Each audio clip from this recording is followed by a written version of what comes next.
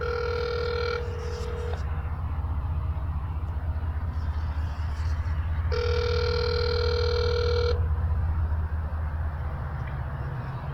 it's Mike. Hey, Mike, can you hear me now? I can. Hey, Well, William, how are you? Fantastic. I got my ups and downs. There really is no such thing as a bad case these days. Even if I lose, usually I get a whole bunch of juicy out of it. So. Hey, I just want to tell you that I know you've called Steve Lukowski also, so he was just walking by the door, so I asked him to step in here. So I got you on speakerphone, and Steve Lukowski is with us too. Hey, William. Thank you very much. I really could use both of you guys in the same room like this. This is sweet.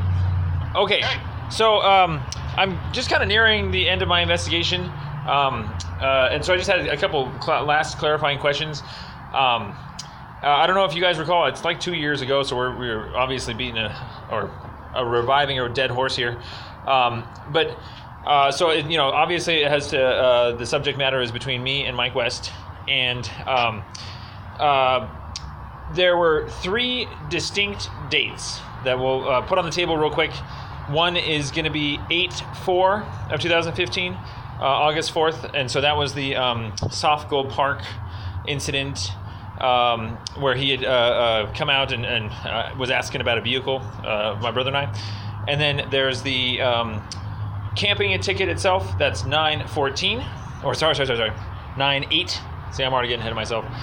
And then there's the Occupy Jefferson protest, the one where Giddings had referred a comment that I had made to Mike.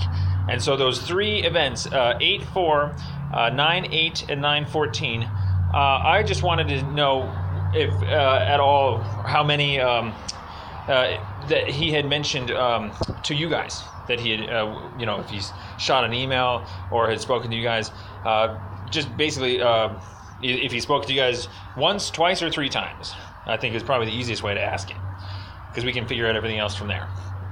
So I didn't know if you guys recalled that occasion, if you recall if it was once, twice, or 3 times that he had talked to you guys. I remember the stuff going down with the Occupy Fort Collins stuff, but I don't recall any conversation with Mike. And, gosh darn it, William, I mean, you're talking 2 years ago. I know. I cannot specifically recall any conversations with Mike West concerning, like, prior. I really can't recall specifics. You know what I mean? Yeah, that's okay. Do you guys keep your emails for very long, or do they get? Is there a database that holds on to them? From what I understand, our emails are deleted after 90 days. Oh man, how do I trace that?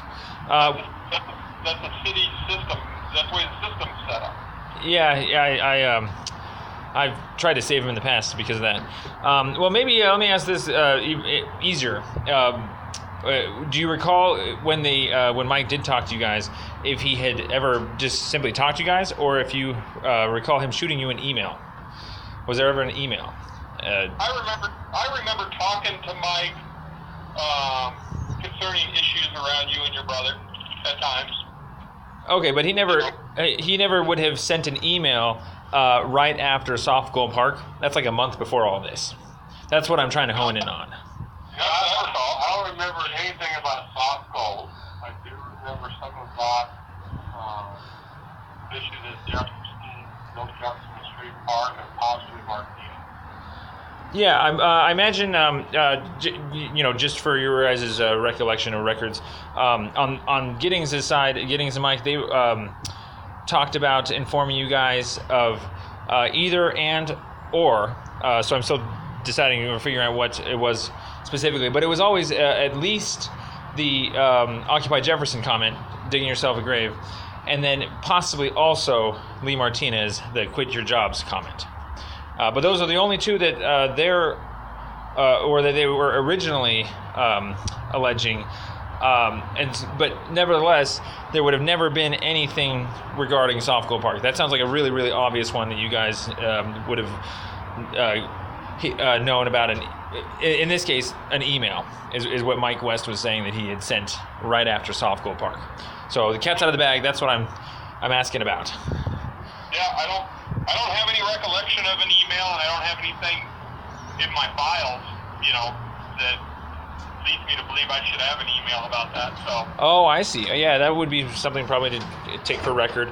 But yeah. Well, yeah. Nevertheless, all with a grain of salt.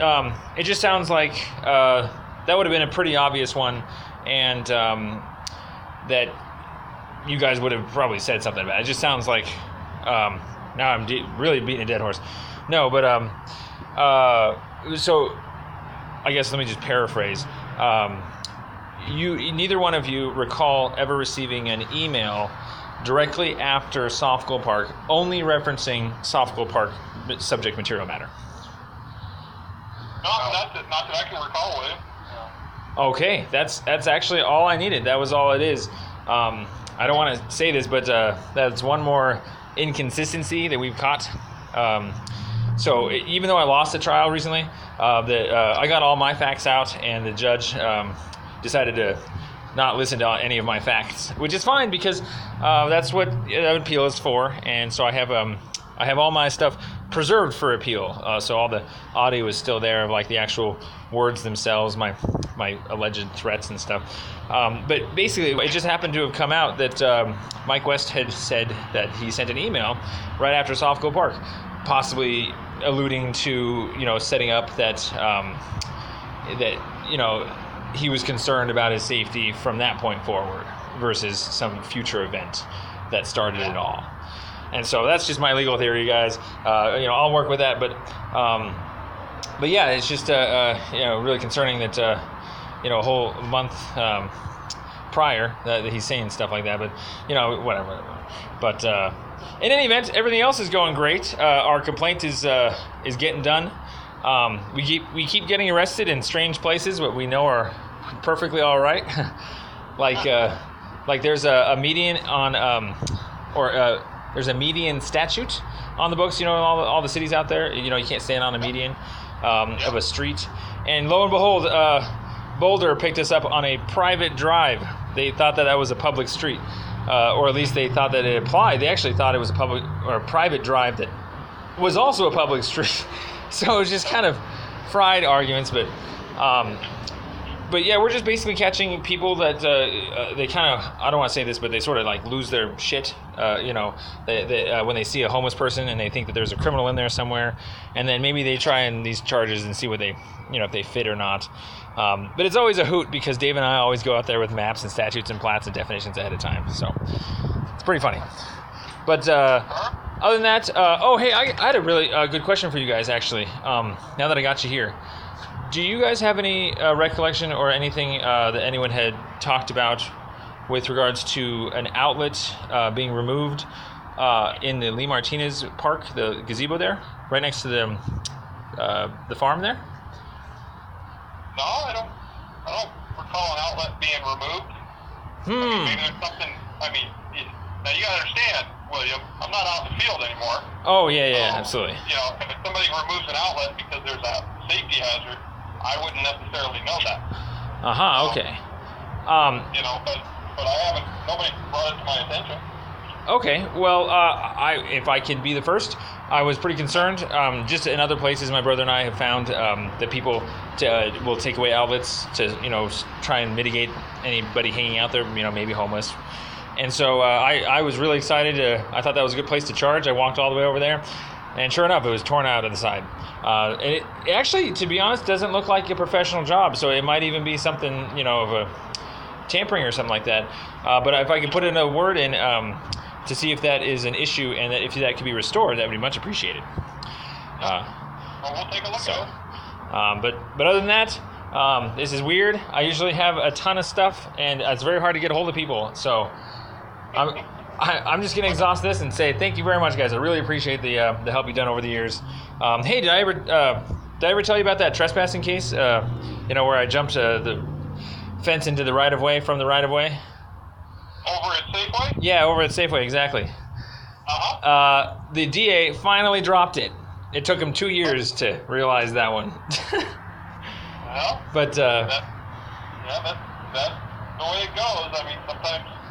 Sometimes that stuff goes down that way. So Yep. Well, it proves my case like 1,000-fold over. Basically, we had talked to a whole bunch of cops before then, and we would get all sorts of answers from it's public to we can't tell you to I had to say this, but I had talked to Internal Affairs and I had reported it there, and he came back and said it was dropped, and it wasn't even dropped yet. So I don't know what kind of investigation he's doing, but nevertheless. So I don't mean it's really hard when I talk to you guys, because you guys are always really helpful, all the different departments and stuff, and so I really hate poking anything bad at the city of Fort Collins for its sub-departments, because you guys are always doing great. It's just the darn police is all. So well, we try to do our best here in Parks. That's all I can say, William.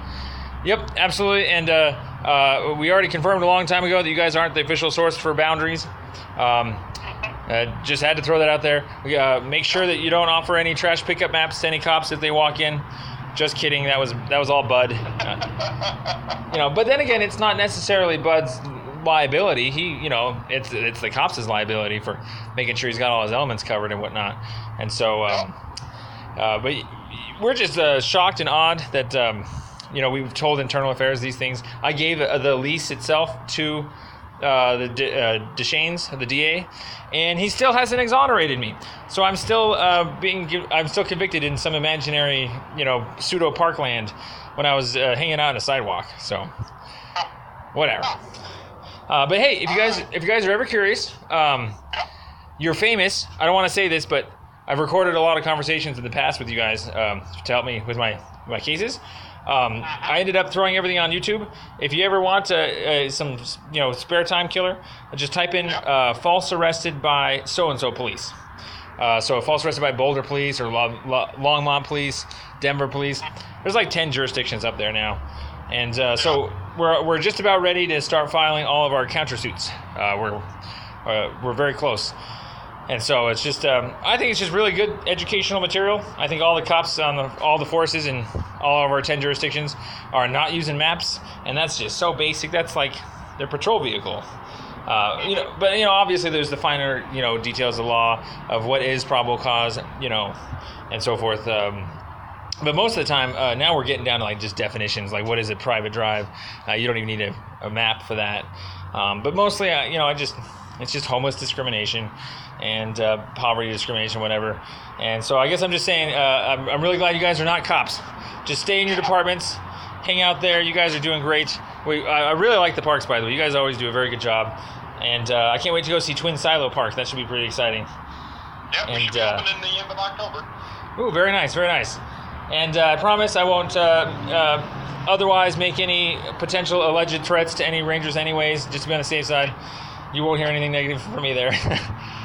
But I appreciate that, William. Yeah, but these days we're stuck in Longmont. Our van broke down here.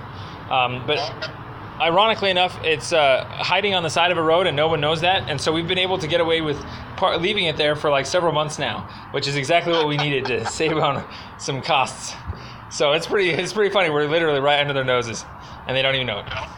So, but I'll let you guys go. Thanks. It's been more than a privilege, and hope you guys have a good rest of your day.